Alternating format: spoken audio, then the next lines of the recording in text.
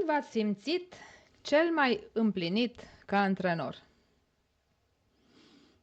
Da, este Un simțământ aparte. da, într-adevăr și personal am avut mai multe faze, să zic așa. De exemplu, când am început badmintonul, așa cum am și spus, eu n-am făcut o facultate de sport, dar am avut niște relații și am colaborat foarte mult cu antrenori din țară. Da?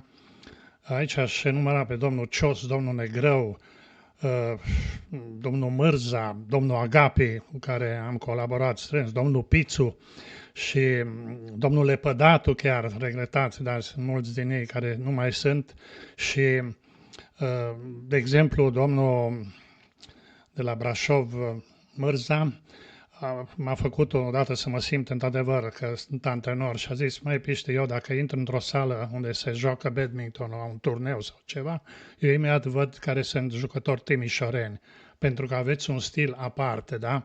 Deci se vede școala badmintonului timișorean. Asta a fost pentru mine un lucru foarte apreciat și m-am simțit mândru de treaba asta.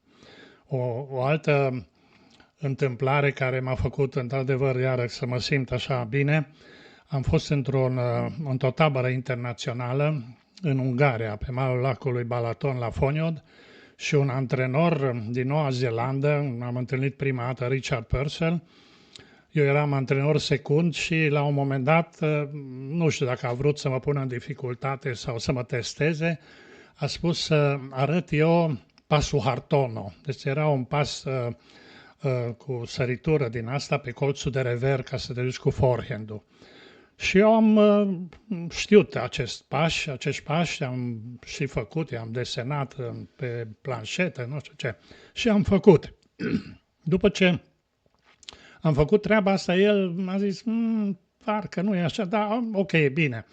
După masă ne-am dus să ne spălăm tricourile la lac și mi-a spus un lucru, băi, zice, ai avut dreptate.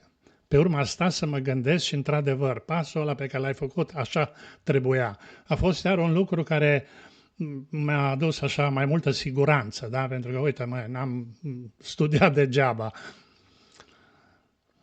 Și bineînțeles, cel mai mare avantaj este când vezi că sportivii tăi sunt, eu știu, evidențiați și câștigă competiții și asta este, cred că, cea mai mare recompensă pentru un antrenor. Când m-am simțit eu cel mai împlinită din punct de vedere ca antrenor, deci cea mai împlinită ca antrenor, a fost în 24 septembrie 2022 la Ibiza, în Spania, când sportiva noastră, Cristina Sârbu, și colega ei de antrenamente și de joc la campionatele europene de U15 de la CSU Galați au obținut medalia de aur. Paradoxal, deși mi-am imaginat de multe ori acel moment, în special acolo la Ibiza, pe măsură ce înaintam de la meci la meci, deci niciodată n-am făcut tot parcursul care îl aveau fetele pe foaia de concurs. Întotdeauna am spus că cel mai important este următorul meci și următorul meci și pe măsură ce înainteam, parcă mi se făcea inima tot mai mică, dar am zis asta este, mai departe, mai departe. Și când am ajuns în finală și am și câștigat-o, paradoxal, n-am avut lacrimi în ochi. Deci toate lacrimile cred că le-am avut când am reușit să câștigăm sferturile de finală și am ajuns în semifinală, deja eram pe podium, era ceva la care nu ne-am așteptat.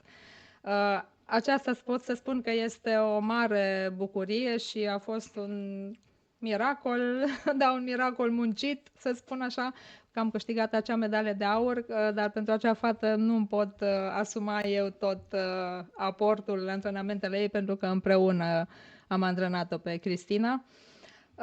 În al doilea rând este atunci te simți antrenor împlinit când primești aprecierea părinților și culmea nu neapărat a părinților copiilor care câștigă, ci cei care nu sunt invidioși și nu se simt frustrați și au apreciere pentru tine sinceră, cum este aceasta pe care am primit-o, deci asta m-a făcut, dacă nu m-a făcut să plâng momentul în care Cristina a urcat pe podium, pe locul întâi la europene, a fost mesajul pe care l-am primit de la Delia Drăghiciu și vi-l citesc pentru că când am început să-l citesc eram în aeroport și au început să-mi curgă lacrimile și cele două fete, Irina și Cristina, se uitau la mine și întrebau: Corina, ce ai? Ce ți s-a întâmplat?